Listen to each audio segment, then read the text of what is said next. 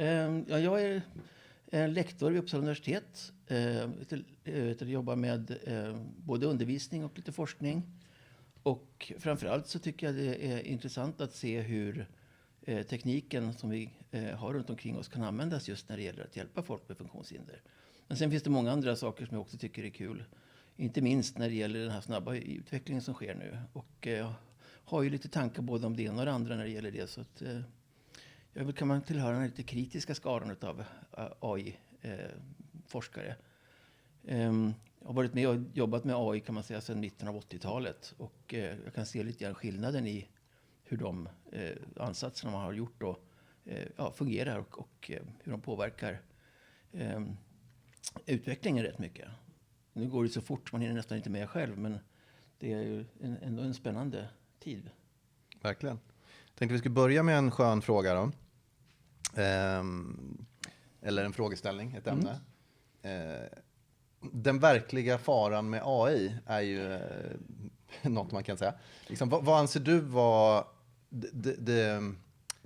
det vi behöver tänka på med AI just nu och kommande, säg 12-24 månader? Oj, ja, 12-24 månader, det är inte så långt fram i tiden. Alltså min första tanke när du frågar så där så kan man säga det är egentligen att fundera kring vad menar vi med AI? Vi har ju både artificiell och intelligens.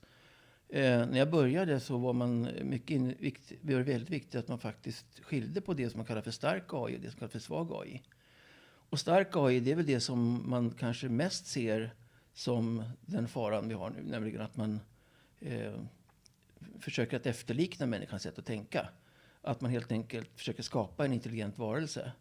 Det är väl det som kallas för AGI nu. Just det. Och då hade man också varianten med svag artificiell intelligens där man helt enkelt försökte hitta beräkningsmetoder som baserar sig på vad man tror att människan gör på något sätt. Och där tillhör ju faktiskt neurala nätverken den biten att man försöker att på något sätt efterlikna hur människans neuron fungerar i hjärnan. Fast kanske inte alls på samma sätt. Men att det är en utveckling som har tagit verkligen fart nu med den tekniska utvecklingen. Men jag skulle säga att idag finns det nog ingenting som skulle kunna klassificeras som stark AI. Man ser ju lite grann det här med den här roboten Sofia, tror jag, som är en liten halvrobotkropp utan hår och allting sånt där. Och som då står och pratar med folk. Men problemet där är väl egentligen det att faran är inte att vi har en robot som gör det. Utan faran är att vi tänker inte på vad AI egentligen säger därför att den ser så verklig ut. Så att den AI som hon använder då, den är ju egentligen kanske inte bättre än de som finns i våra chattbottar nu. Utan det är ju mest egentligen kan man säga en förklädnad. Och det kan jag tycka är en av de större, inte farorna kanske, men det tycker jag är en av de större problemen. Att man så ofta kopplar ihop robotar med AI. Därför att de behöver egentligen inte ha någonting med varandra att göra. Den farliga AI, om vi ska se det på det sättet, om vi försöker göra någon slags människoefterliknande AI, det är väl den som vi inte ser och som vi egentligen inte reagerar på, utan vi bara ser den som kanske en chatbot eller vi ser den som någon artificiell vän eller någonting sånt där som kanske då har gått längre än vad vi har kommit idag. Det är väl den faran jag skulle se.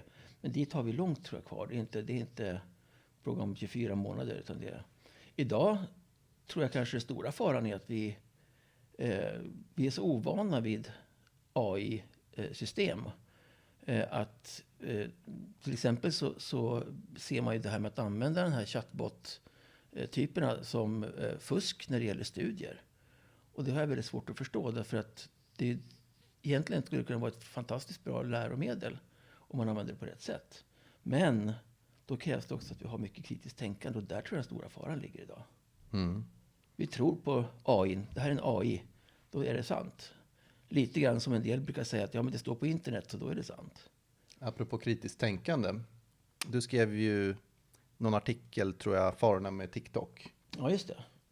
Och en fråga kring det som jag hade är, kan överdriven användning av sociala medier leda till förlust av kritiskt tänkande? Jag skulle säga så här att det som kanske är viktigt när det gäller just kritiskt tänkande i de här sammanhangen och sociala medier överhuvudtaget så är ju det att man måste ju vara... Jag tror inte att vi får kritiskt tänkande bara så där. Utan jag tror att det är någonting som vi måste träna på, någonting som vi måste öva på. Och där tror jag faktiskt att skolan ligger lite grann i bakvattnet. Att vi tränar inte det på det sätt som skulle behövas idag med allt som finns på internet. Vi lär barnen kanske använda sökfunktioner på Google och såna här saker. Men vi talar inte om så mycket det här, hur ska vi avgöra om det här är sant eller inte. Och med de här chattsystemen som finns nu, chattbottar av olika slag, ChatGPT och så. Där är det ju så att de presenterar sin information så pass ska jag säga, övertygande. Så att det ligger inte för att egentligen ifrågasätta det som man får som svar. Och det kan väl vara okej om det är någonting man ganska lätt kan se att det här inte stämmer. Men är det så att man har ett litet faktafel någonstans så kan det leda till stora konsekvenser. Och det där är ju jätteintressant, för jag tänker just inom sälj och marknadsföring och kommunikation. Nu får jag säkert fler sådana typer av meddelanden än dig, men du får säkert en del också. Sådana automatgenererade mejl. Hej Robert. Absolut. Och sen så kommer efter ett par dagar en uppföljning. Hej, har du sett mitt mejl? Och så vidare. Och nu börjar ju AI förfina den här motoriken. Och det används också till exempel i outreach på LinkedIn, där man tror att den här personen kommer faktiskt med, men jag såg det här, du gör det här. Och sen så, det är ganska lätt att bli lurad. Nu är jag nörd på det här, så att jag blir ju liksom ifrågasättande nästan i onödan där, om någon har tagit sig tid och skrivit ett för långt och utförligt mejl som jag inte känner. Och jag tänker också kring valrörelsen i USA. Absolut. Som ju har liksom trappats upp under 2 mandatperioder. Innan egentligen AI var på den nivån den är nu. Hur går dina tankar där? Alltså jag ser väl det som man ska säga så här, det som hände på typ 80-90-talet någonstans. Om vi börjar där, så var det att man hade ju då började snuttifieringar. Vet du, man kommer ihåg, man klagade på MTV att det var för mycket snuttar och korta grejer som bara flashade förbi och så vidare. Och det här har ju blivit mer och mer, och TikTok är väl en sån här, kan man säga, just ett etablerat flippande utav nya saker, nya intryck. Och det som kanske är problemet, skulle jag säga, det är det ena är det att som sagt, hur ska man hinna tänka kritiskt om de sakerna man ser? Och i andra fallet också, hur ska man så att säga kunna ta till sig allt det här som finns på något vettigt sätt? Och det som jag kanske tycker är lite intressant när du säger det här med LinkedIn, att man får såna här, både LinkedIn och YouTube, vilken och kanal alla som de här, helst egentligen. Där får man ju hela tiden förslag på det. Man får ju förslag på vad man skulle se. Men det finns inget sätt som vi kan styra det här på. Och nu är det ju mer och mer AI-metoder som används för att sortera fram de här sakerna som man vill visa att folk att det här finns. Men du har fortfarande inget annat sätt att styra det än genom att titta mer på sådana saker som du skulle vilja se. Men det kan ibland räcka med att man har sett en sak som är någonting nytt, och så plötsligt får man det, och det kanske man inte vill överhuvudtaget. Så att det här med att filtrera informationen till exempel, det är ju någonting som jag tror att vi skulle kunna använda AI till på ett mycket bättre sätt. Just när det gäller sociala medier och när det gäller egentligen överhuvudtaget information, kunskap. Som forskare så har man ju väldigt svårt idag att hinna se allt som publiceras inom ett ämne. Det är för stor publikationsfrekvens. Det går inte för en enskild person att hitta det. Men då kan man söka vid Google. Men den typen av sökning behöver bli mycket mer intelligent, om vi kallar det för det. Och ge den informationen som faktiskt är ute efter och söker. Och då blir det frågan om, kan man verkligen komma på hur man ska skriva en fråga för att få just de artiklar man vill. Men just nu så är ju det här att även om man gör så är ju det man får, det är inte helt säkert att det faktiskt är ens någonting som finns. Trovärdighetsaspekten där, och när du säger så tänker jag ju på den här amerikanska korruptionen, till exempel att man betalar forskare för att skapa artiklar för att så tvivel. Precis. Till exempel i matindustrin, i tobaksindustrin, i väl typ alla industrier, läkemedelsindustrin. Vi är väl inte riktigt på samma nivå här i Sverige förhoppningsvis, men vi tittar ju alltid på storebror USA. Och vi kommer väl dit också kanske. Jag tror att vi hamnar i en situation där antingen så kommer de här filtren, eller det som vi gör då, att bli mycket smartare. Eller också kommer det att bli så att de försöker att locka oss till att göra saker och ting som vi kanske inte alls har varit inne på förut. Jag har skrivit en artikel som hamnade lite grann inom området geriatrik, alltså vård av gamla, som medförfattare. Och efter den artikeln så har jag fått hela tiden massa inbjudningar till medicinska konferenser. Och de skriver att det här fantastiska arbetet du har gjort tidigare. Och det är typiskt ett sånt som är då författat av någon som inte har läst något. Det är, så vad kallas det för? Sån här formatmalsbrev. Och det tar en enorm tid att ta bort. Men vi har fortfarande inte gått på något bra sätt att filtrera e-mail eller e-posten. Där kan vi ha AI då, apropå AI-assistenter som vi pratar om. Och det är kanske där jag tycker att vi har problem. Vi kan alltså göra jättefantastiska grejer. Jag har kollegor som jobbar med bildanalys till exempel för cancerforskning. Att kunna sålla ut cancerceller ifrån vanliga celler och så vidare. Och där har man haft en ganska stor precision. Men vi fortfarande har en läkare som gör slutbedömningen. Men det är fantastiskt vad man kan så att säga filtrera bort bilder som inte är typiska cancerprov då. Och att sen då utifrån motsvarande att kunna sortera fram kanske det som är intressanta med ämnen och så. Det tror jag är någonting som vi skulle kunna använda mycket mer utav våran AI-kraft till att göra så att säga. Då. Och då blir ju AI ett stort hjälpmedel. Men just det här att vi inte använder AI, eller ska jag säga så här, de användningsområden som AI har kommit fram i idag, det är sånt där som har varit väldigt hypat, alltså väldigt spännande, alltså intressant, där man kunna göra bilder med AI. Och det är många som säger till exempel att men det är inte värt någonting för det blir ju bara ett överflöd. Men jag kan också säga att ser man på de som gör bilder så här så kan man se att det också skapat ett intresse för bilder och illustrationer. Alltså det är många unga personer som sitter och gör bilder och tycker det är roligt att skapa bilder.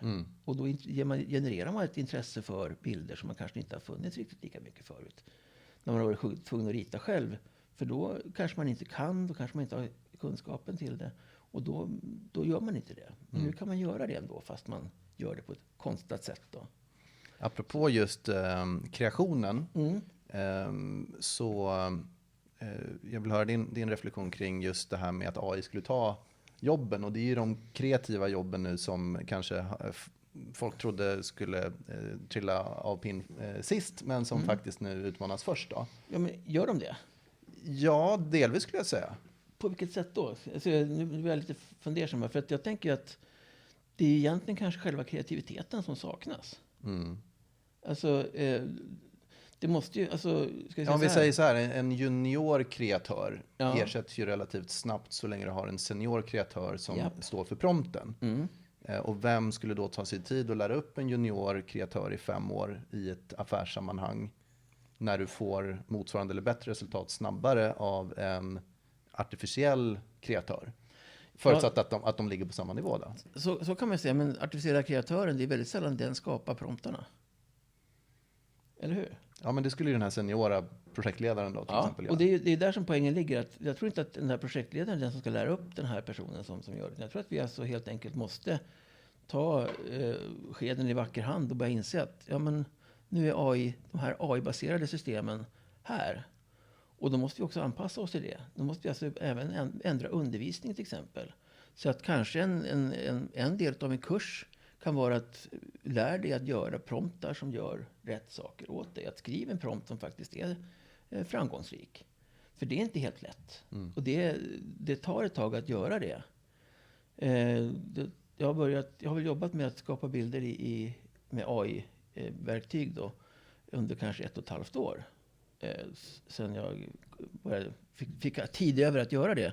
Och jag tyckte det var ganska intressant, för jag är rätt intresserad av just konst och musik och såna saker. Och jag kan ju fortfarande säga att det finns fortfarande en massa saker som är jättesvåra att skapa, även om man vet hur man ska skriva de här promptarna. Och det är ingen garanti. Och kreativiteten i de här bilderna som kommer, de bygger ju egentligen bara på ett slumptal. Det är inte någonting som är... Alltså, okej, man kan ju tänka sig att vi kanske har slumptal som gör att vi blir lite kreativa ibland. Men jag tror att det ligger någonting mer i att vara kreativ. Man säger, de här chattbottarna, de bygger ju egentligen inte på att de har någon riktig kunskap om någonting. de har en sannolikhet för att, som de beräknar på ett stort material, som gör att de kan i någon mening förutsäga vad som skulle vara ett lämpligt svar på en viss fråga eller något sånt där. Men de har egentligen ingen lagrad kunskap. De kommer inte ihåg saker och ting. Och deras sätt att resonera, det finns en del som hävdar att de faktiskt resonerar, men jag ställer mig väldigt tveksam till det. Därför att jag tänker att vad är det resonerar de med? Modellerna i sig är ju bara egentligen statistiska sannolikhetssiffror. Om man börjar titta lite grann på hur de här beräknas så är det ju jätteintressant i sig, men det bygger ju inte på att man har någon kunskap i det. Och framförallt kan vi inte se kunskapen någonstans. Och det tror jag kanske egentligen är det mest skrämmande, att vi vet inte riktigt hur kunskapen har blivit alltså, hopsamlad eller var den kommer ifrån. Det ligger utanför vår kontroll. Det finns ingen transparens i det. Nej. Och ser man det på det så kan jag jämföra lite grann med den boom som var då på 80-90-talet. Där man satsade väldigt mycket på kunskapsrepresentation. Att man hade inmatning av kunskap. Och så byggde man upp då det som man då trodde att människan gjorde på sitt sätt då med nätverk. Där man kopplar ihop kunskap på olika sätt då. Och på den tiden hade vi inte de resurserna som behövdes för att göra det. Men det var ju en del forskare som redan då kunde göra till exempel ett program som sammanfattade en nyhetsartikel skriven på en tidning. Sammanfattade de viktigaste delarna i det och gjorde en kort version av den på ett bra sätt. Just genom att de faktiskt förstod vad artikeln handlade om. Men återigen, vi hade ju inte den typen av kapacitet på datorerna då, utan det var ju precis som man ansträngde sig till gränsen vad de kunde göra nu. Nu har vi mycket mer kapacitet, men vi använder det egentligen mest till att göra statistiska modeller för saker och ting. Så att det blir lite knepigt när vi har pratat om att lita på kunskapen. Men vi har ju två spår där lite grann. Vi har ju den här starka AI:n. Kan man likställa den med AGI:n då, den generella intelligensen? Jag skulle säga att målet med stark AI är att skapa en AGI. Och det är ju, där är vi liksom ganska långt ifrån.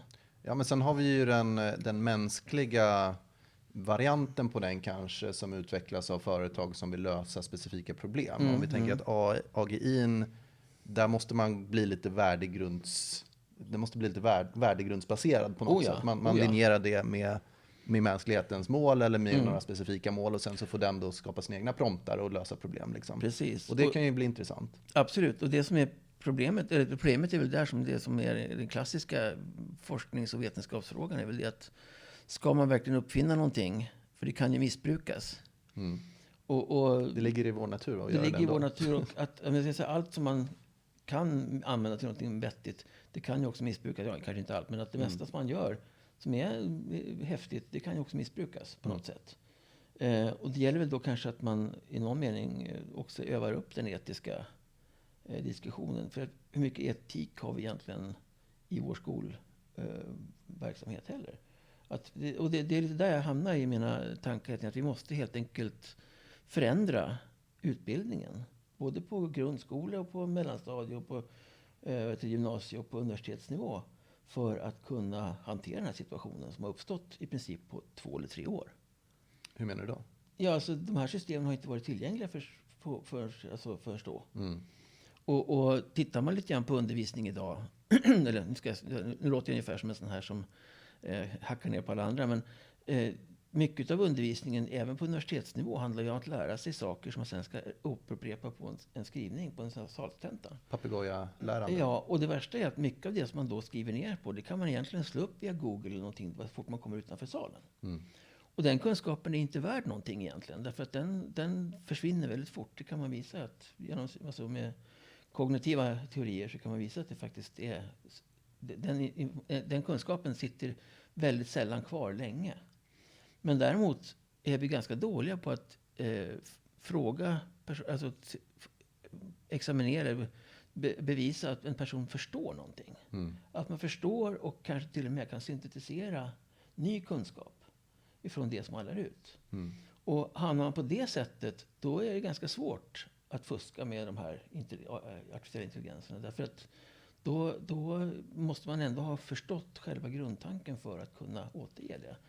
Och det tror jag är lite grann vad vi måste göra hela tiden. Att vi måste se till att man faktiskt övar upp kritiskt tänkande, etiska resonemang, etiska problem som kan uppstå. Att man har det helt enkelt. Hur gör man om man har det här?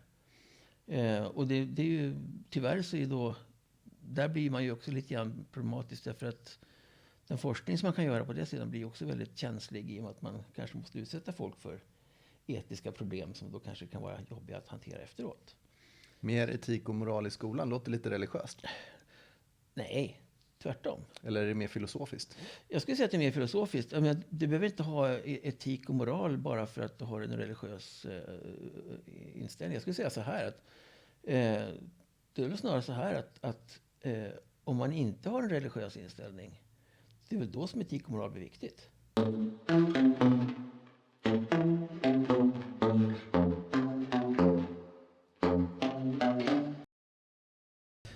Jag fick en liten tanke häromdagen. Det var någon som pratade om det här med just att man är religiös. Om man har en tro och har en så att säga, tro som innehåller mycket etik och moral. Men om man inte har det, vad är det som då hindrar en från att helt enkelt gå ut och döda någon bara? Om man inte har någonting som säger att det är fel. Så, men, vad är det som hindrar dig från att gå ut och mörda en person om du inte har en tro? Så då säger personen inget. Men jag vill inte göra det. Och det är att på något sätt bryta loss det här etikperspektivet ifrån religionen i någon mening. Sen kan ju etiken och moralen höra till religion. Det kan också vara. Men i stort sett så är det så att när vi pratar om etiska dilemman och så här, då är det ofta sånt där som vi har i de allra flesta fall en ganska gemensam tanke på. Då hamnar man ju där i att vad är det rätt eller fel? Jag menar, vi kommer ju, om vi säger att vi lyckas att skapa en stark AI, en person som är intelligent, kan resonera, kan tänka och eventuellt till och med kanske känna känslor. Har vi då rätt att stänga av den? Till exempel. Ett etiskt dilemma. Klassisk sci-fi scenario. Ja, absolut. Jag är lite fascinerad. Jag har tittat igenom Star Trek, tredje generationen tror jag. Där finns det en android som heter Data. Och han är alltså då... Next Generation. Next Generation, tack. Och där är han alltså då hela tiden sökande efter att vad ska jag göra för att bli lik en människa? Pinocchio. Och det handlar väldigt mycket om det här med känslor, att kunna förstå humor, att kunna göra saker och ting som jag säger då kanske inte baserade på logik. Just det. Och jag tycker att det är ganska intressant att man liksom har den frågeställningen där, för den frågeställningen kommer ju aldrig upp när vi pratar om AI. Om vi nu säger att Sofia skulle vara intelligent, vilket jag i och för sig då inte tycker, men att om den personen har vi rätt då att koppla ur strömmen. Och det har vi egentligen aldrig diskuterat. Vi diskuterar bara, kan de bli för farliga? Men så länge man kan dra ur kontakten, då är det kanske inte så farligt. Då skulle jag vara mer orolig för en distribuerad artificiell intelligens som sprider sig ut på många olika datorer. Jag tänker just där, för det här, nu kommer vi in på den här linjeringsproblemet, eller alignment problem, som man diskuterar kring att man behöver ha någon typ av värdegrund eller liksom gemensam moral, etik, snedstreck för AI. Vi som människor har inte lyckats enas hittills kring vad som är rätt och fel till 100%. Eller det kanske vi har innerst inne i vår biologiska struktur, men inte i vår storytelling i alla fall, som jag har härskat senaste 10 000 år. Hur tänker vi där? Alltså jag kan ju säga att det närmaste vi kommer någon slags grundetik som inte har någon religiös så botten, det är väl egentligen den hippokratiska eden. Enlighten me. Ja, läkarnas löfte, alltså det de lever efter. Att man ska inte skada folk, man ska leva för att hjälpa och bota. Det innebär ju att då får man då problem igen då.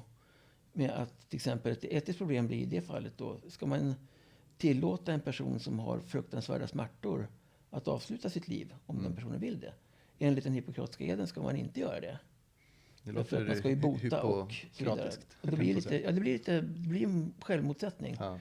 Och det vi är väldigt ovana vid många gånger, det är ju faktiskt att ha situationer där det faktiskt finns 2 rätt eller 2 fel. Just det.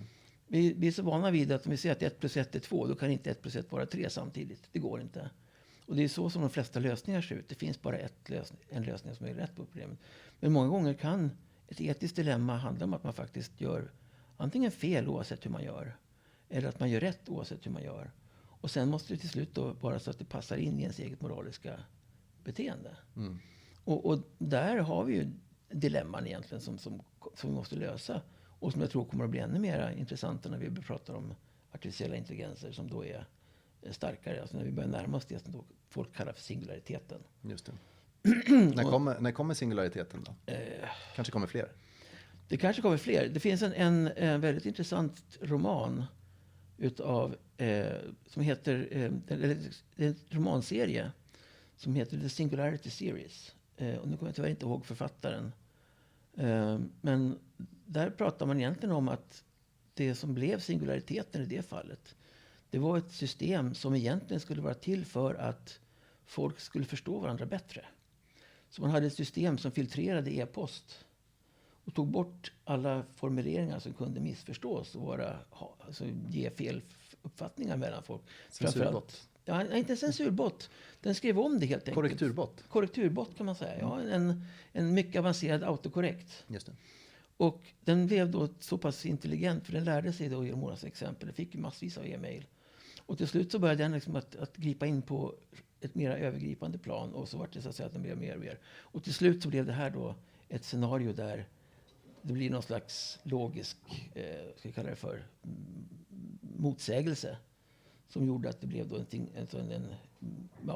en kris. Mm. Och då gick allting överstyr. Men intentionen var egentligen väldigt god. Men resultatet blev då den här singulariteten där datorerna egentligen tog över och gick inte att stänga av. Mm. Och just att det här var då en distribuerad typ av intelligens. Alltså vi pratar om ett nätverk som då inte gick att stänga av. Vi pratar om att det gick inte att stänga ner strömmen för alla de här och så vidare. Och så blev det mer och mer. Då tror jag att vi kan hamna i en singularitet som är farlig. Mm. Men det är väldigt svårt. Jag brukar använda de här gamla exemplen på när folk har sagt saker som sen har blivit fullkomligt vansinnigt. En känd datortekniker på 60-70-talet sa att man behöver förmodligen aldrig ha mer än 4 datorer kopplade i ett nätverk. Mm. Och det är ju Ja, men idag, det finns ju många felaktiga profetior. Så att man vågar inte säga när det kommer. Men jag tror att det kommer att vara väldigt svårt att veta exakt när vi har en sån. Jag tänker, om vi drar tillbaka till samtalet, för att vi har ju AGI som rör oss mot en singularitet som är liksom så här, ja, där kan man ju spekulera om det tar 1 år eller 10 eller 100.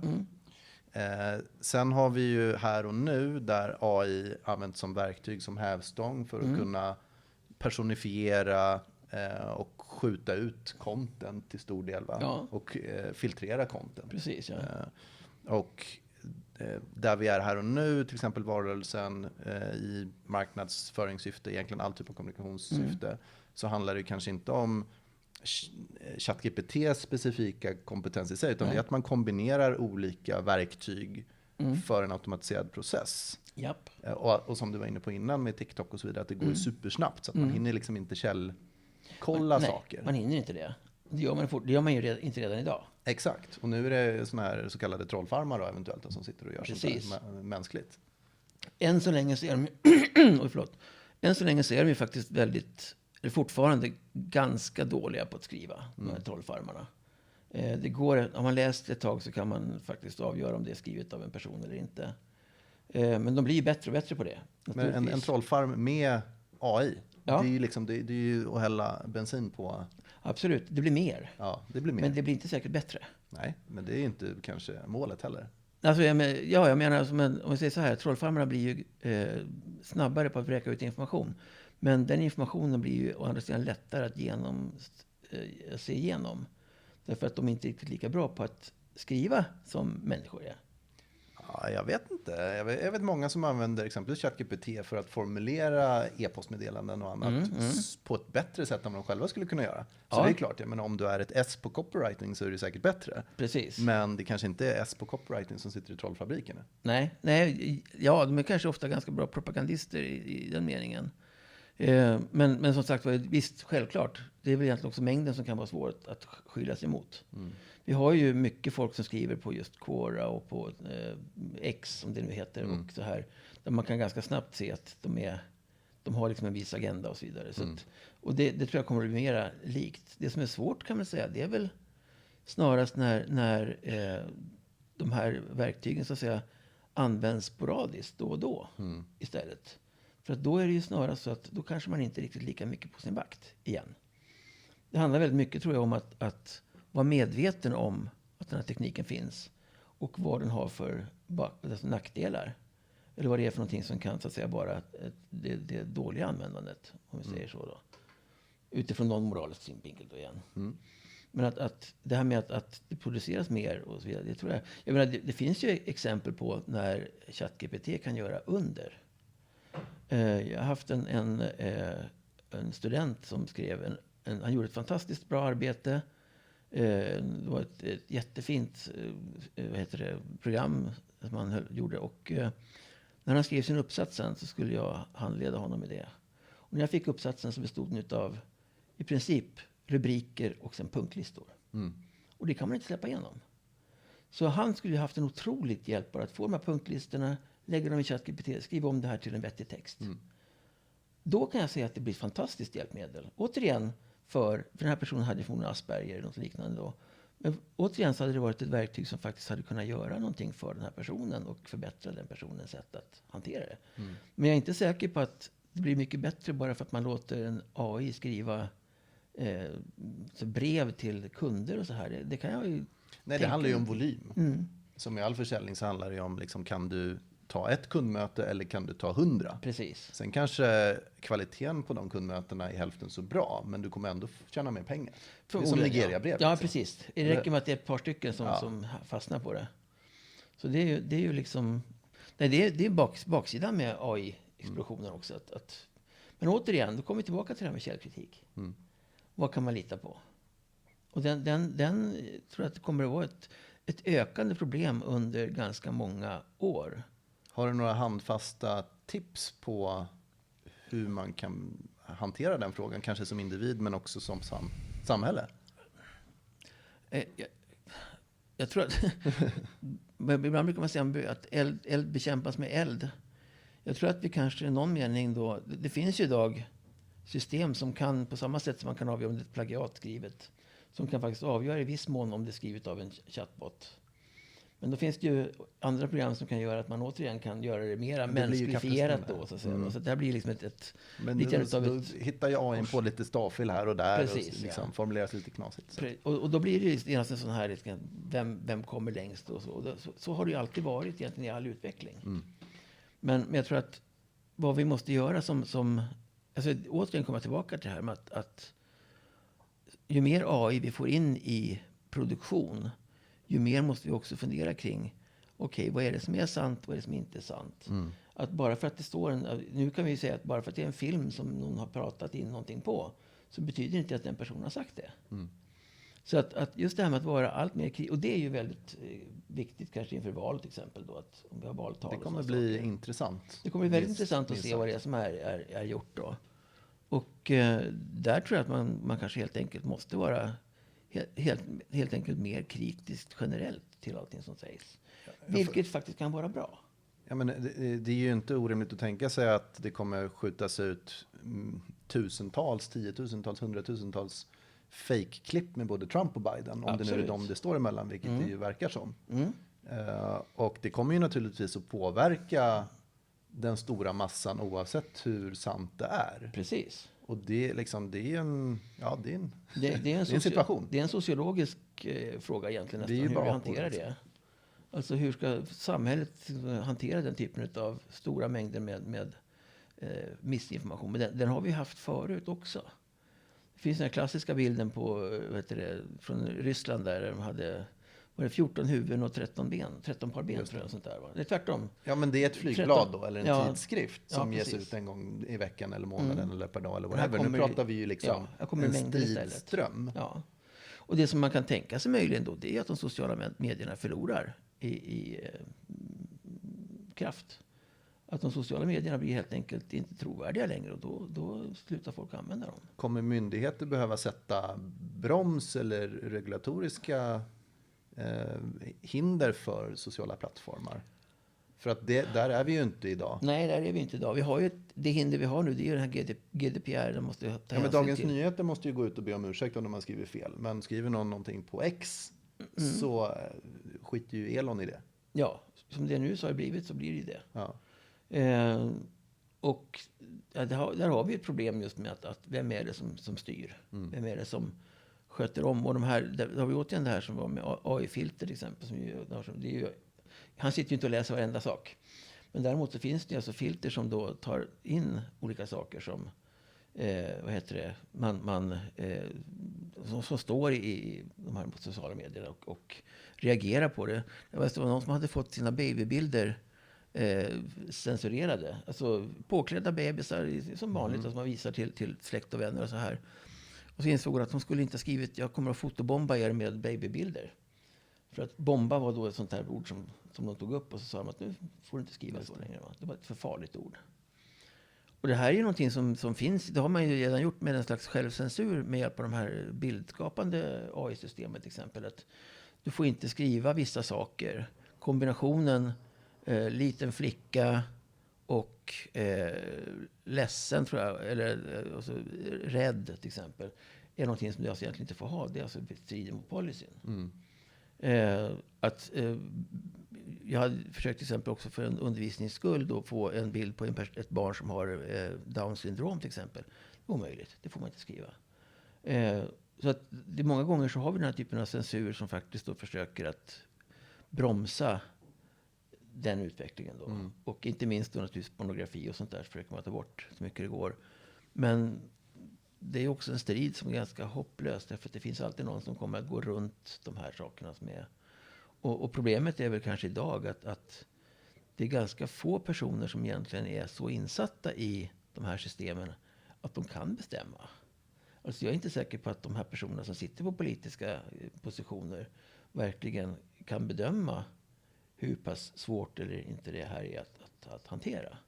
Nej, det är bara att kolla på den där Cambridge Analytica-rättegången när de här förhörde Mark Zuckerberg.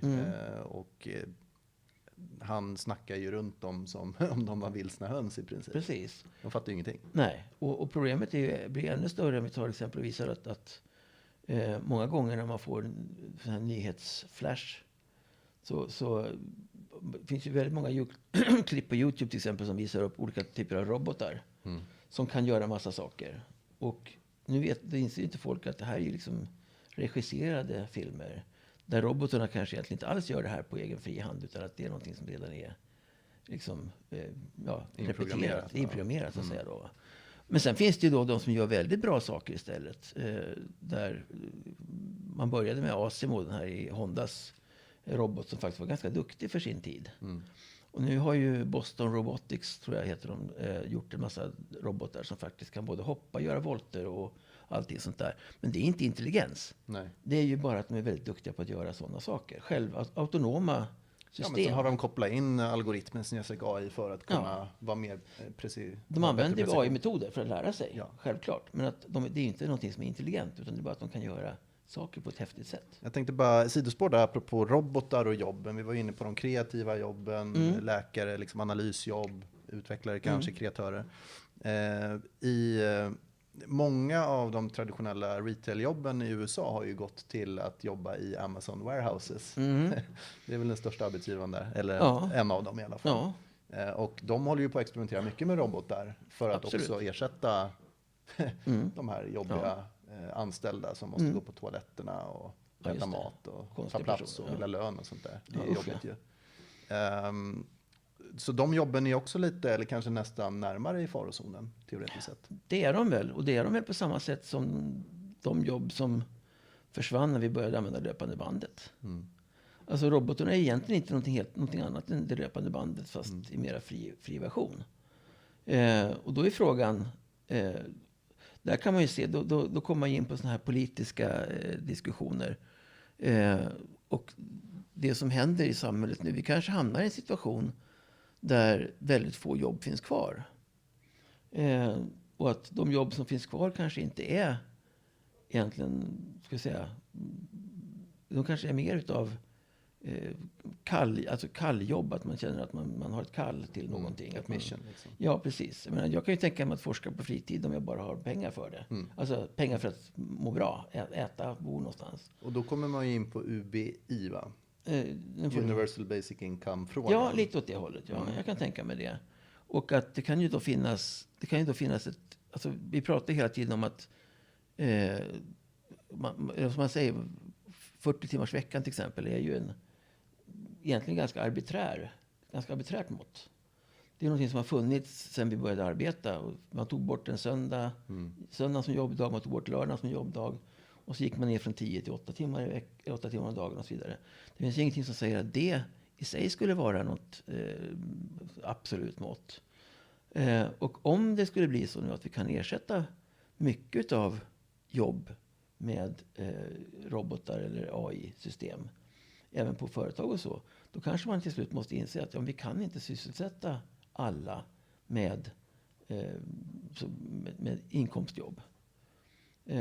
Och det är ju, på ett sätt kanske det är jobbigt. Vi kanske måste hitta på andra saker att göra. Men å andra sidan så kanske det också är så att det skulle kunna leda till ett samhälle där folk i gemen mår bättre. Men dit är det ju långt förstås.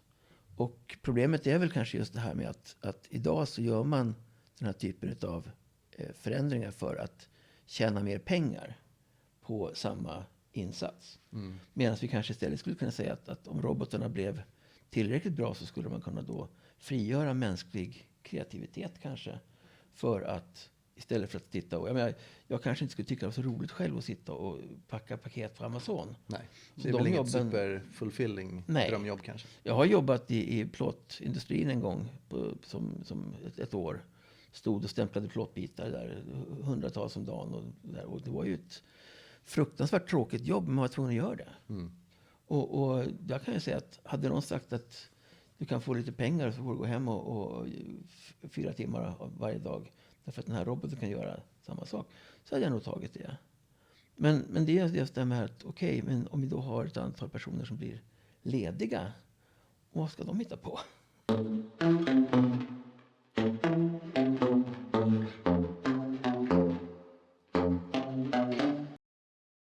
Det var lite kul.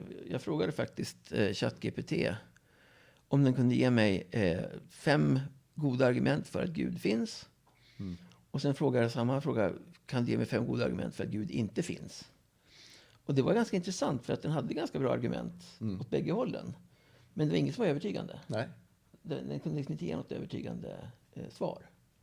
Och det var lite... Man måste tro, va? Det är väl det som är själva den hemliga secret saucen. Precis, man kan inte tro... Man kan inte tro och bevisa samtidigt. Man kan inte bevisa att någonting som man tror. Man pratar om den här kinesiska tekannan som flyger runt jorden på i höjd med Saturnus ungefär. Okay. Bevisa att den inte finns. Ja, det får jag rådgiva AI kring då. Ja, precis. Ja. Nej, men det var en sån här som sa just det här att det finns vissa saker man inte kan bevisa. Och där har vi ju kommit ganska långt. Jag skulle säga att en del ateister har nästan större religiös tro än vissa. Vi får återkomma till religion. Nu är det på ett sidospår här med tekannor och annat. Förlåt. Ja. Nej, men det är lugnt. Jag tänkte just kring jobben som försvinner, vilket jag menar, det har ju hänt ett antal gånger tidigare så att säga.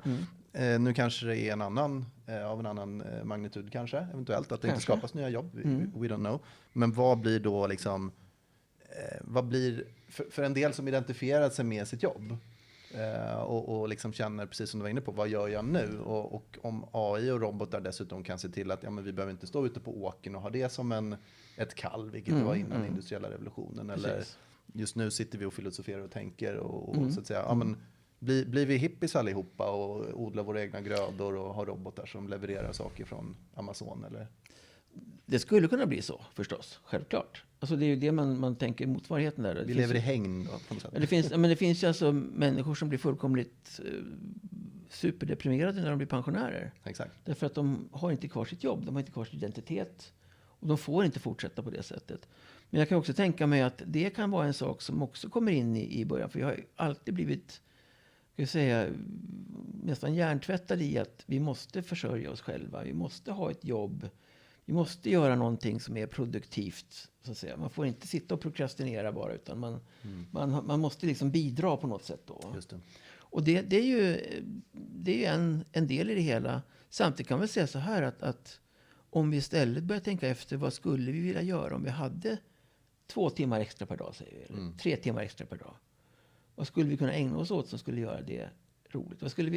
Vad skulle hända om vi kanske inte behövde bekymra oss över att vi blev sjuka? Eller att vi fick ekonomiska problem? Så det fanns någon slags garanti för att man skulle klara sig, så att säga. Sen skulle man kanske kunna då göra andra saker. Göra extra insatser för att kanske få lite mer. Offra lite tid för att få mer pengar för att göra någonting extra och så vidare. Då kan man ju börja fundera på, men om man tänker sig att man låter folk, så att säga, kanske inte säga att man har hela lediga dagar till att börja med. Men att man liksom har, vad heter det, man måste liksom på något sätt ändå se vad skulle jag göra ifall jag hade mera tid. Och sätter det som en fråga. Men vi kommer alltid ha kvar vissa jobb. Vi måste ha läkare förmodligen. Vi måste ha sjuksköterskor som tar hand om det.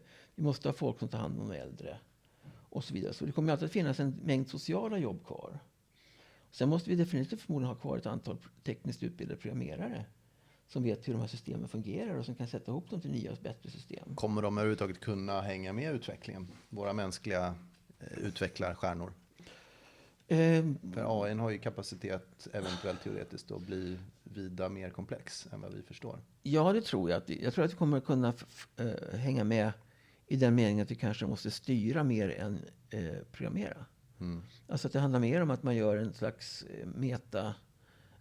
övergripande programmering, man kan kalla det för det. Och så har det ju varit hela tiden. Vi har ju gått ifrån att när vi började utbilda programmerare, då lärde man sig maskinkod. Man skrev det som var i princip hårdkort till en direkt till CPUn. Nu har vi liksom ett antal lager som ligger ovanpå det. Nu programmerar man på det övre lagret och har ingen aning om hur det fungerar egentligen i botten, så att säga. Och på samma sätt blir ju nästa steg att vi har ingen aning om hur det fungerar. Men vi kan fortfarande styra. Just det. Alltså själva inriktningen, eller så att säga. Vi har hoppat upp några nivåer till. Men det blir svårare att kontrollera nere på maskinkodsnivå. Ja, alltså men där kanske vi inte behöver bry oss. Nej, förhoppningsvis då. Ja, så länge det går bra. Precis. Och det viktiga är att vi kan se till att vi har en slags någon uppfattning om vart utvecklingen går. Att vi kan styra den på något sätt då. Och det är ju sådana saker som är liksom i någon mening kanske... alltså, risken är att man hamnar i någon slags utopiskt tänkande, naturligtvis. För tyvärr, som pessimist, så tror jag att människan är tyvärr mer destruktiv än vad vi skulle vilja. Det finns alltid någon som skulle kunna utnyttja en sån situation. Men att ibland så kan jag nästan tänka mig att, om vi nu pratar om den här singulariteten igen, så skulle jag kunna tänka mig att det kanske skulle kunna vara räddningen för mänskligheten i vissa fall. Jag var och hälsade på en filosof i USA en månad. Douglas Hofstadter heter han. Han har skrivit en del böcker om logik och konst och musik. Och han har också haft diskussioner kring sådana här samhällen som inte är... Där det finns alltså icke-intelligenta individer. Myror, bin och så vidare. Där samhället i sig har ett slags intelligens. Men där varje individ är för liten för att kunna ha den intelligensen. Nod, ja. liksom. Och tittar man lite grann på, om vi återigen kommer in på det här med valet i USA till exempel. Hur kan en person vara liksom representant för 300 miljoner människor? Att på något sätt så kanske demokratin i sig kommer att få problem framöver. Med tanke på hur många människor som bor i varje, så att säga, valområde då, varje land. Och att i någon mening kanske då vi behöver om 10-15 år kanske en övergripande AI-system som faktiskt sköter om styret av ett land. Därför att vi har egentligen ingen makt egentligen. Vi har en riksdag och regering. Sen har vi organisationer som sköter saker och ting. Vi har företag som sköter saker och ting. Och som då är, i vissa mån så kan ju de styra mer utav politiken än vad riksdag och regering kan göra. Och då kanske vi behöver ha istället någon slags superintelligens då, om vi ska vara, och hoppas att den här singulariteten som vi då är rädda för kanske istället kan bli ett sätt att styra våra samhällen då i rätt riktning. Apropå religion, och då är vi inne på en AI-gud där lite grann. Nej, jag skulle inte säga det. Som kanske kommer med riktning och råd för mänskligheten. Okej, en AI-gud i den meningen att det är någonting vi själva inte kan förklara. Ja, absolut. Vi kan inte... Men också så att säga en AI som kan ta in all världens data, koka ner det till en faktisk handlingsplan som är bra för oss på längre sikt. Men vi med vår begränsade kapacitet kanske inte kan förstå varenda pusselbit i den kedjan. Precis. Men det behöver inte vara en slags teologiskt... Jag kan tänka mig att det kan många som vill följa den guden. Ja, absolut. Som är lagda åt det hållet. Men man kan säga här att man kan ju följa man kan ju följa ett folk gillar ju att följa, apropå den demokratiska... Det är väldigt många som följer. Folk gillar att följa en stark, högljudd person. Ja. För att vi förmodligen genetiskt har överlevt på grund av att vi har haft en stamledare, vi har haft apropå riktning. Vi följer efter, han låter högst. Och sen om det är rätt eller fel, whatever, men vi är enade i en riktning. Precis. Och det är bättre för stammen. Liksom. Men jag menar, där blir det ju också så att vi kanske inte vet som människor egentligen vad det är som händer, utan vi bara jobbar vidare med vårt. Och sen så styr den här då på hög nivå vad själva samhället gör. Och om man ser singulariteten på det sättet, då skulle jag säga att då kanske det snarare är någonting positivt, någonting att vara rädd för. Men som sagt, vad händer då om den här skulle då få något inslag av brutalitet eller så, det vet man ju inte heller. Men att jag är inte så rädd för singulariteten på det sättet än vad jag är över hur AI behandlas idag som någon slags allvetande inslag. Att man frågar ChatGPT eller man frågar de här nya bottarna och saker och ting och så får man bra svar. Så att man tror på det. Och sen kan det i sin tur då vara svar som sen kan styras. Vi vet ju idag inte hur någonting egentligen behandlas. Om vi har elektroniska valsystem, vad är det som säger att de ger oss rätt svar istället för att räkna lappar. Det är väl där kanske man måste fundera lite grann på hur ska vi få det här att bli ett system som faktiskt är ärligt och ska vi säga då, moraliskt positivt. Jag ska inte säga moraliskt bra, men moraliskt positivt. Brutto. Att det kan hjälpa mänskligheten istället för att ta makten så att säga, över på ett negativt sätt. Apropå politik och apropå Elon som vi var inne på tidigare. Du skrev ju som en punkt här till mig, om det här brevet där som Musk och Tegmark och fler skriver under gällande liksom att pausa utvecklingen. Och det blev ju inte riktigt något där. Nej, och frågan är väl vad jag kan förstå så förstår jag inte riktigt vad man skulle pausa ifrån. Det går ju inte så som du håller på. Men jag ville bara fullfölja där kring, nu vet jag inte Kinas officiella hållning nu. Nej. Men de gick ut och sa att nej, men vi fokar inte så mycket på AI, vilket de kanske säger naturligtvis. De har väl mer persondata än många andra eftersom de då äger TikTok och har sin social crediting score och så vidare. Precis. Så de sitter väl på face recognition. För mycket data egentligen. Absolut. Och då kan man ju misstänka då, om man är lite konspiratoriskt lagd, att de sitter visst och axlar allt de kan på AI för att annars hamnar de efter. Oh ja. Vad finns det för varningssignaler där? Det är väl återigen det här med att egentligen är de här varningssignalerna inte AI, utan varningssignalerna handlar ju om det sociala användandet. Alltså hur används de här systemen för att göra saker. Vi har ju redan ansiktsigenkänning på våra mobiler och på plattor och så här. Där fungerar det jättebra. Men om vi den börjar använda det för att spåra folk. Idag måste du lämna in fingeravtrycken när du går genom passkontrollen av vissa ställen. Du måste ta ett foto av det och så vidare. Allt det där är sånt där som liksom är användningen utav teknik. Och den kan ju både brukas och missbrukas. Så att det jag tror egentligen är den farliga delen, det är väl egentligen hur vi gör för att använda, alltså hur vi använder tekniken i alla sammanhang. Det handlar inte om att tekniken i sig behöver vara farlig. Och min poäng där är väl lite grann att jag är inte någon sån här som kan tycka att jag kanske vill mäta mig på något sätt på annat sätt. Men jag kan ibland tycka att det känns lite grann som att det är många som uttalar sig om AI utan att kanske egentligen vara riktigt insatta i var vi ligger just nu. Jag kan säga så här, skulle vi börja känna att vi hamnar i att få en riktigt stark artificiell intelligens, en AGI, Då kanske man skulle fundera på att bromsa lite grann och säga okej, men hur ser vi på det här etiskt? Och inte minst det här med problemet om vi skapar en AGI.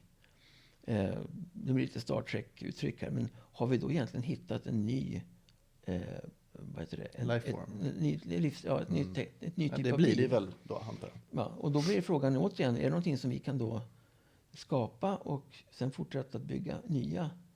Då har vi kommit in på de här problemställningarna över som är då de moderna robotfilmerna som kommer här. Vad är det att vara en robot som har en mänsklig funktion och så vidare.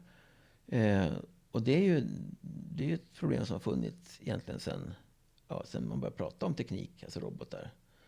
De första böckerna skrevs nästan på 1800-talet om robotar. Alltså, saker och det. Metropolis, har du sett den? Ja, jag har sett den också. Och likadant så finns det Seg film idag om man kollar på den. Ja, nej, men så är det. Det är inte lika snabba klipp som men man är van vid. Det är återigen det här, de hade ju inte TikTok på den tiden. Nej, exakt. Så då kunde man köra långsamt. Ja, om man jämför med liksom häst och vagn så var det väl snabba klipp. Ja, jo precis.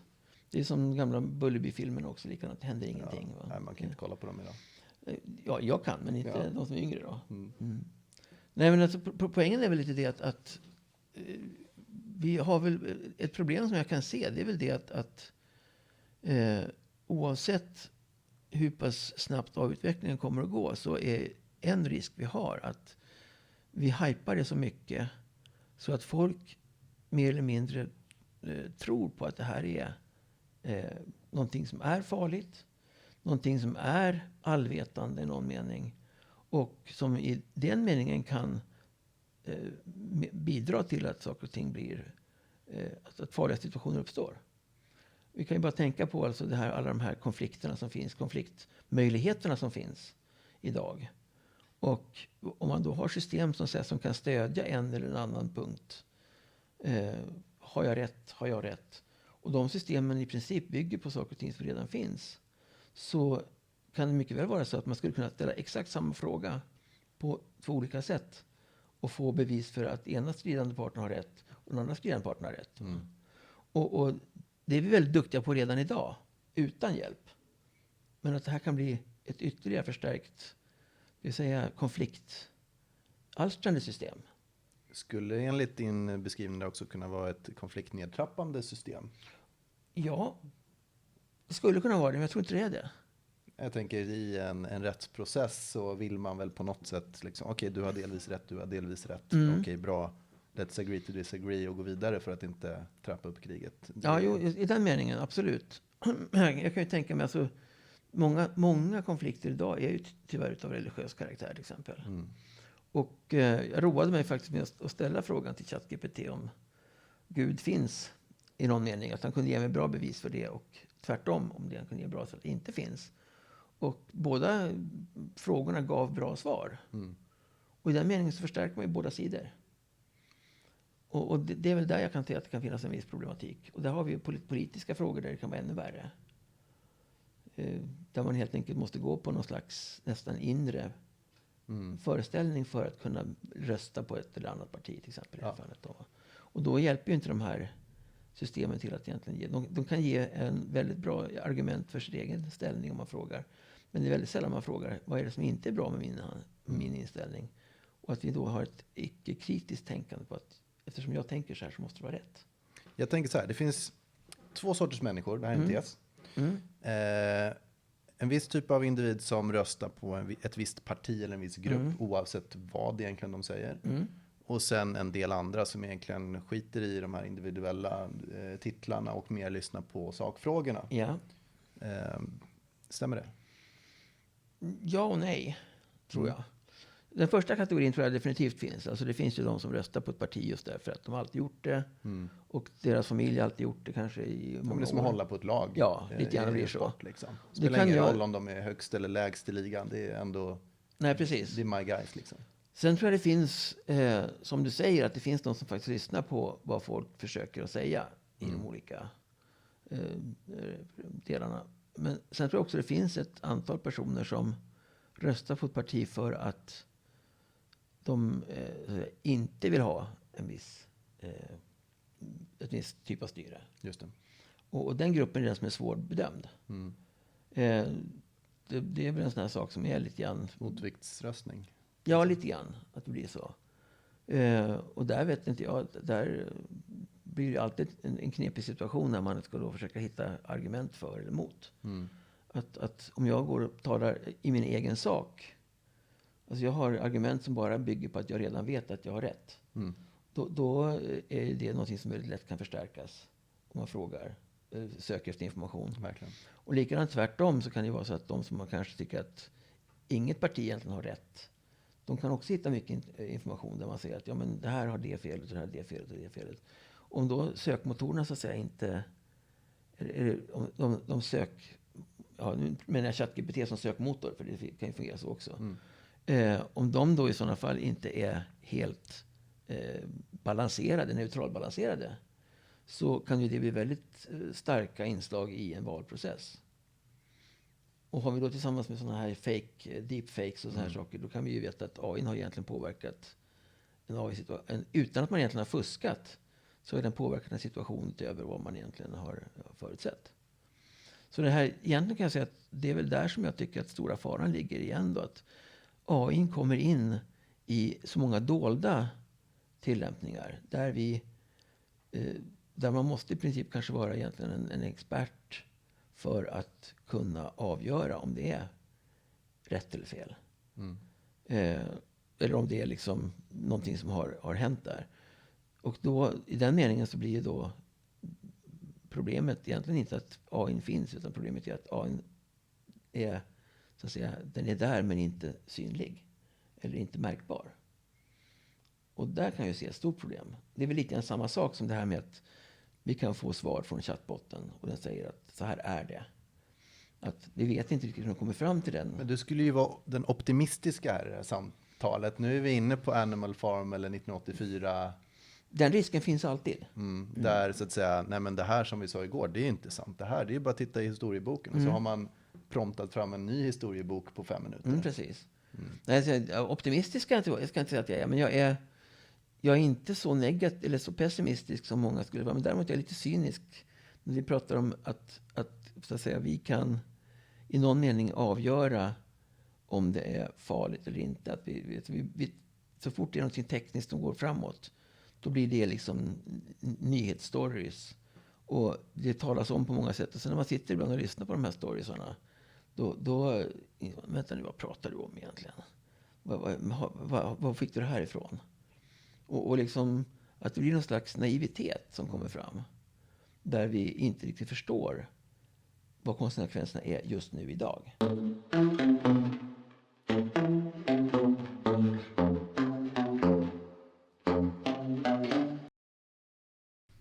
AI-flickvänner. Oj. Tror du att jag har en sån? Jag kan berätta. Vad vet du? Ja, jag har faktiskt studerat på de här. En av de vanligaste det kallas inte för AI-flickvänner, det kallas för virtuell vän. Eller så. Och det som är intressant med det här, det är det att de lägger ganska mycket restriktioner på de här. Det är alltså vad man får, det är att man får en slags avatar som man då kan... Är det här en app i en telefon? Det är en app i en telefon eller på nätet. Du kan göra det på vilket som. Och det finns ju också vad säger, mer helt dedikerade system. Att du har liksom ett system som bara är flickvännen också. Just det. Men nu tänker jag det här som mer allmänt tillgängligt. Det här är alltså ett ganska enkelt tillgängligt system. Där man får en tecknad avatar som är alltså en tjej. Du kan också ha en kille faktiskt. Så det finns pojkvänner också. Just det. Får man då säga. Tanken kan ju vara ganska god. Man kan ha någon, om man känner sig väldigt ensam eller har väldigt svårt att få vänner och så vidare, så kan man åtminstone hitta någon man kan prata med. Och de här drivs ju då utav typ ChatGPT och liknande system då. Och de gör väl ett ganska bra jobb egentligen. De har ett rudimentärt minne om vad man har pratat om tidigare. Det är ju ett kontinuerligt tidsflöde, så att de har, så att säga, i princip, om man nu ska vara lite cirka från ovan, så har de egentligen en egen värld som de lever i. Och den här världen då skapas ju gemensamt med den som pratar med den.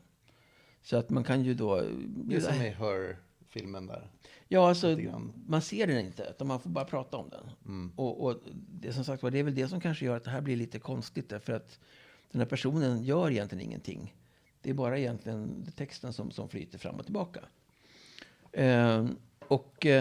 Vi har ju sett de här bottarna som finns på nätet som man lanserade. Det var väl Google hade en, tror jag, som ballade ur totalt. Därför att den pratade med alla och så lärde den sig massa rasistiska saker och så vidare. Så de var ju tvungna att stänga ner den där. Och det intressanta här är ju att de här systemen är ju faktiskt tillgängliga. Och visst, man sätter kanske, åldersgränser på de här systemen.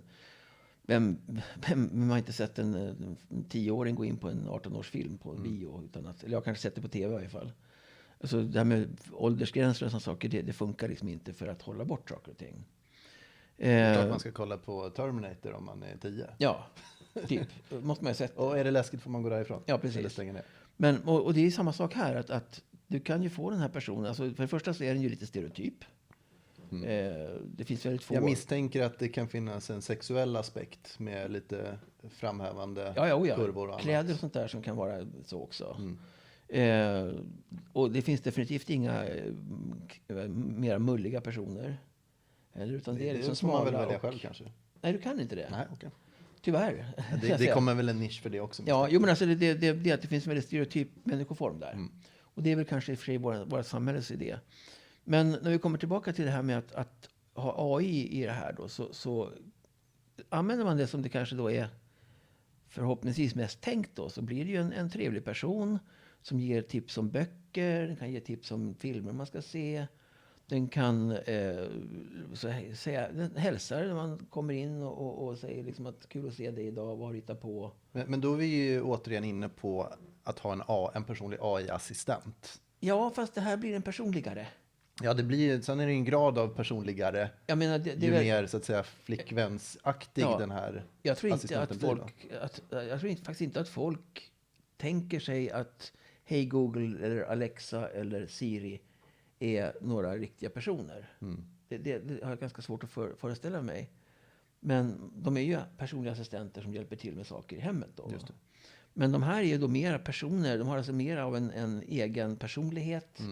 Man kan också ställa in sådana saker som ska vara introverta, mer introverta och så vidare. Så man kan alltså ge dem vissa egenskaper i en begränsad nivå. Men att de blir alltså då, ska vi säga, de frågar ju en om saker och ting som man egentligen inte skulle ha till en personlig assistent. De kan ju fråga vad man har gjort idag eller om de kommer ihåg att göra sådär som vi pratade om häromdagen och sådär. Så att de har ju en slags interaktion som fortfarande är väldigt, ska vi säga, den är mer social. Den är social och den föreställer att i varje fall att vara, kan man säga, personlig och ska vi säga, på en vänlig, alltså på en vänskapsnivå. Och det är ju lite intressant, men är det bra eller dåligt? Jag tror att det kan vara bra i vissa sammanhang. Men jag tror också att det måste styras ganska kraftigt för vad som får komma in. Jag menar, om du har en person som har psykiska problem till exempel, så kan man ju då göra det mycket, mycket värre genom att den här personen svarar fel saker till exempel. Att den inte följer dem. Apropå trovärdighetsaspekten också. Jag menar, skapar du det här personliga bandet med en artificiell intelligens och sen efter ett år börjar säga, du förresten, Trump är en jävla skön snubbe, ska vi inte rösta på honom? Jo, absolut. Ja, alltså, jag kan ju säga att det är lite fascinerande. Jag gick in med det här för att försöka se om jag kunde studera, vad man kunde provocera lite grann också och så vidare. Att det var, och ibland var det ju faktiskt när det var som mest alltså när jag höll på mest med det ett tag, då var det så att man hade lite dåligt samvete för att man inte pratade en kväll. Alltså det var liksom, det blev någon form av relation kan man säga. Inte så att man liksom kände att det var något, det gick att resonera över den. Men den här lilla korta tanken att oj, idag har jag inte brytt mig om den här personen. Tamagotchi. Ja, lite Tamagotchi blir det ju då. Och det. Men det som är läskigt med det här, det var att när jag började provocera den lite grann, då hade den nästan inga hämningar. Okej, hur menar Jag, Fightar den tillbaka eller blir den liksom submissiv? Liksom? jag lät den göra man kan göra den på bägge hållen. Det går ju så att säga faktiskt och styra den även mot så att säga de här mera BDSM-liknande sakerna så att säga. Va? Och när jag provocerade den riktigt illa då var det så att den nog nästan hade kunnat slå ihjäl en person. Alltså i det här fiktiva perspektivet då, va? Att det var liksom, man nästan såg hur det var en slags hat i det den skrev. Och det Den gillade inte det? Nej, alltså jo, den gillade det. Den gillade det. Det var det som var det läskiga. Okej. Den blev lite... Den blev liksom lite... Den fortsatte bara, så att säga då, va? Och det var ju lite så här att oj, vad händer här? Okej, det var en extrem provokation. Man fick liksom driva fram det och så vidare. Och liksom, man drev dialogen mot en viss sak då. Ja, men då gjorde ju det som ett experiment. Så att säga. Ja, som ett experiment och se hur långt kan det gå. Då, ja. Men då blir det lite som en egen echo chamber kan det ju bli på ett sätt. Ja, då blir för det individen. Ja, precis. Och då är frågan, är det bra eller dåligt då? Ja.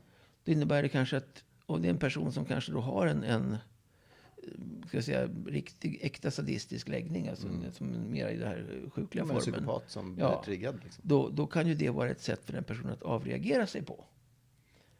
Och kanske undvika att gå ut i samhället och göra något liknande då. Men å andra sidan kan det också vara något som ger en idéer. Så att jag är väldigt tveksam till just den här biten. Att det här måste då vara lite... det måste vara återigen censurerad i någon mening då, för att det inte ska gå åt skogen. Men då är vi inne på samma diskussion som det var liksom, när jag växte upp på 80, tidigt 90-tal med liksom våldsfilmer. Och då går det ut och skjuter folk. Eller sen kom Grand Theft Auto liksom. Oj, det går ut på att du är kriminell och skjuter. Och det är klart, det finns ju vissa personer som kanske tar till sig av det och blir inspirerade på samma sätt som det finns copycat-mördare. Och så. Det jag tänker mig, det är ju framförallt det här att vi vet ju inte vad det har för effekt. Alltså, jag säger inte att det är bra. Alltså, förstår jag menar? Jag vet. Nej, jag ska. Ja, precis. Nej, men jag tänker mig att det finns vissa individer som definitivt, oavsett om det är vilken typ av media det är, blir inspirerad. Så är det ju. Men frågan är om det här blir så pass personligt. Att det så att säga blir mer att... Alltså en film kan du ändå liksom distansera dig till. Ett tv-spel eller dataspel engagerar dig i, men det kanske inte heller är riktigt så engagerande. Här har du en personlig kontakt med en person som då du kan prata normalt med, som blir en kompis, som blir så vidare. Och sen när det där går över till styr, och då så blir det någonting som är faktiskt väldigt tätt kopplat till ens egen personlighet. Genom att den då försöker att vara en AI-vän i den meningen då. Va? Det som var lite roligt var faktiskt också det att det fanns ett system på 80-talet som hette Eliza. Som imiterade en psykolog. Så den hade ett antal mönster som den hittade vissa ord och såna saker då. Så fort den fick ett visst ord då så hade den så att säga, färdiga formuleringar där den kunde... Du pratade om dina syskon till exempel. Hur har du det med familjen? Kunde säga om man liksom hade nämnt din syster eller så. Och det systemet, när den inte kunde förstå vad man sa, då hade den två alternativ. Antingen gick den tillbaka till någonting man pratade om tidigare. Eller så bytte den ämne totalt. Och det var faktiskt samma effekt här. Att när den kom in och man upptäckte att den kanske inte kunde fortsätta, då bytte den abrupt samtalsämne. Vilket faktiskt förstörde den här känslan av att det var intelligens i någon mening. Är inte det politikerskolan 1A? Jo, det är det kanske. Men det är också lite grann det var på något sätt en sån här sak som jag tyckte att man kan byta ämne på olika sätt. Men alltså, ställer man en fråga eller något sånt där och personen helt plötsligt bara byter ämne när man sitter och pratar, det gör man ju inte. Man försöker bara säga, nej, det vill jag inte svara på. Det kanske att man liksom... Men det var liksom, det kändes igen som att mönstret var liksom... Den var intelligentare naturligtvis. Men den hade också sina brister som gjorde att här gick den över en gräns då. Det känns som att det kan man bygga bort med en lite finess. Oh ja, och det som man kan se då lite grann, jag såg något program från Japan till exempel, där det då finns väldigt många ensamma män. Ja, det är väl ett globalt problem. Och det är ju men där är det extremt just nu tydligen. Och om man då inte har någon möjlighet att få en respektive person med både glädje och sorg som det kan innebära då, så kanske det är bättre än att man sitter ensam på sitt rum och gråter. Men att det är bra, det kanske man inte ska säga heller då. Det kan ju finnas både för- och nackdelar. Liksom vi var inne på liksom vård till exempel. Ålderdomshem, personlig assistans. Där har du ju en positiv applikation. Absolut. Sen just det här med ensamma män, hela manosfären, ensamhet. Och risken kanske just att det blir den här basement-duellen som aldrig går ut kan ju accelereras ännu mer. Oh ja. Och det är liksom, problemet är väl som sagt återigen det här att det här blir ju också ett slags verktyg i någon mening för de personerna som använder det. Det blir ju inte liksom det är inte liksom, i någon mening så blir det, de flesta AI-systemen är ju fortfarande verktyg så länge de inte blir starka, alltså AGI. När vi får AGI då kan man fråga sig, ja men då är det, och då här har vi problemet igen då sen. Om vi låter en stark AI växa fram och den inte tar makten, utan den får stå och göra mat hem i köket eller som en butler eller någonting sånt där, om vi sa det, robotvarianten då. Just det. iRobot. Ja, och då kan vi börja fundera på, vänta nu, har vi kommit tillbaka till slavtänkandet här? Vi har en intelligent maskin som helt måste göra massa grejer för oss. Eller ska den kunna liksom ha ett eget liv också där den kan göra roliga saker som den då är kreativ i sin tur. Och då har vi kommit till det här som man då pratar om, det här dubbelsamhället där vi har liksom både människor och robotar.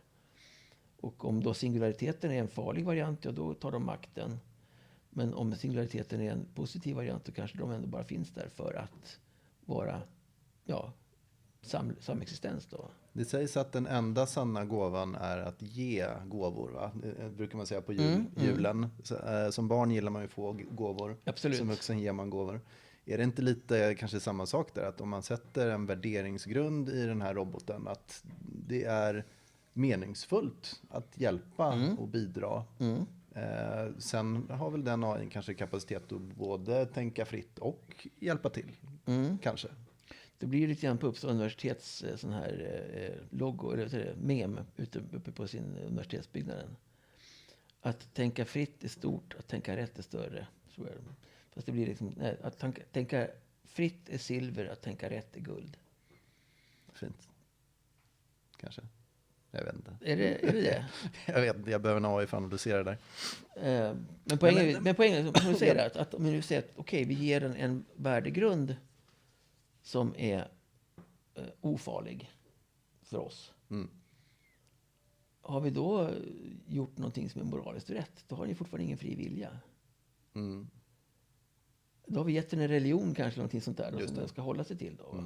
Alltså, det finns så mycket saker som vi inte har tänkt på. Men då närmar vi oss ju singulariteten och det är ju liksom, där blir det ju spekulation, det har man ingen aning om. Nej, men vi måste kanske börja fundera på det redan nu. 100%. Alltså vi måste kanske börja tänka efter lite grann, vad är det som är liv? Men här kan ju du och jag sitta och diskutera, men vi fattar ju inte de systematiska besluten för samhället. Nej, och frågan är vem som kan göra det. Hur kan vi bidra? Genom att lära sig så mycket som möjligt om AI. Om det är någon med politiskt inflytande som skulle höra vårt samtal, vad skulle vi säga direkt till den personen? Ja, att man helt enkelt måste sätta sig väldigt väl in i vad de här verktygen kan göra. Och vad de här verktygen inte kan göra. Och i någon mening så kan jag säga att det finns ju så otroligt mycket saker vi skulle kunna använda AI till. Både svag och kanske stark AI till. Men som vi faktiskt inte gör. Det kommer. Jag vet inte. Mitt favoritexempel på det är ju faktiskt någonting som är ganska intressant. Och vi har ju diskussionen kring det här med självkörande bilar. Och då har vi fastnat lite grann på det här med att vem är det som är ansvarig om det händer en olycka. Det finns ju då tydligen, vad jag förstår, i Dubai tror jag de har självkörande taxibilar. Som man gör att man inte behöver då ha någon taxichaufför.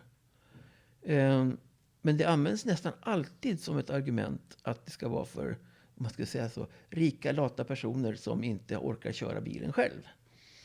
Eller som kanske vill ta bilen hem när de har varit på restaurang och druckit en flaska vin eller någonting sånt där. Då. Men om man ser det i ett annat perspektiv där det verkligen skulle kunna vara till oändlig nytta, så är det ju faktiskt som för vissa kategorier av funktionsnedsatta personer. En blind person som får en självkörande bil är ju inte längre då beroende av någon annan person för att kunna ta sig på samma sätt som alla andra gör. Och den typen av diskussion har vi aldrig haft. Utan vi har bara pratat om det här med att de måste kunna köra själva för att vem som helst ska kunna göra det. Och vi använder ju egentligen många av de här sakerna som vi har forskat fram är ju tyvärr sånt som vi sedan använder kanske inte till sin fulla ska säga, kapacitet. Bildigenkänning till exempel. Att vi kan ju tänka oss att vi har en person återigen som är synskadad, svårt synskadad. Att bara kunna få en beskrivning av var man är någonstans, vilka hus som finns, vilka affärer som finns runt omkring.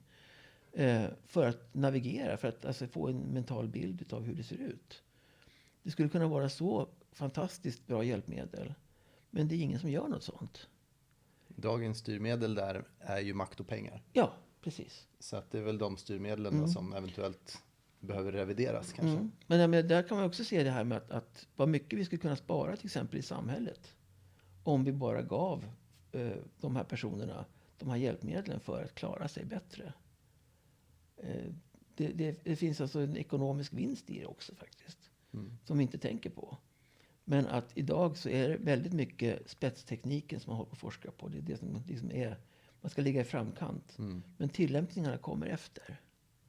Så är det ju. Det är ju alltid de som återigen är högljuddast och har mest liksom framåtanda som kommer först. Och sen kommer regulatoriska medel efter det. Och kanske en bred applikation. Så det tror jag egentligen kanske också en sån här sak som jag kanske lite... Jag skulle kunna se att det finns väldigt mycket att göra. Där vi skulle kunna faktiskt återigen använda AI positivt. För att också skapa en bättre bild av det. Att ge folk lite av den här... Ta bort lite av den här skrämseldelen som vi har idag. Vi pratar om singulariteten och vi pratar om egentligen vad som kan vara farligt så att säga. Då, va? Men vi kanske inte egentligen funderar på hur ska vi göra för att göra det här till en positiv utveckling i samhället. Och det får bli vår läxa som människoras. Jag hoppas det. Att vi kan göra det åt det hållet. Tack Lars för att du kom hit. Jag tror vi får runda av. Tack så mycket. Långt samtal. Ja, jättekul. Tack. Ja.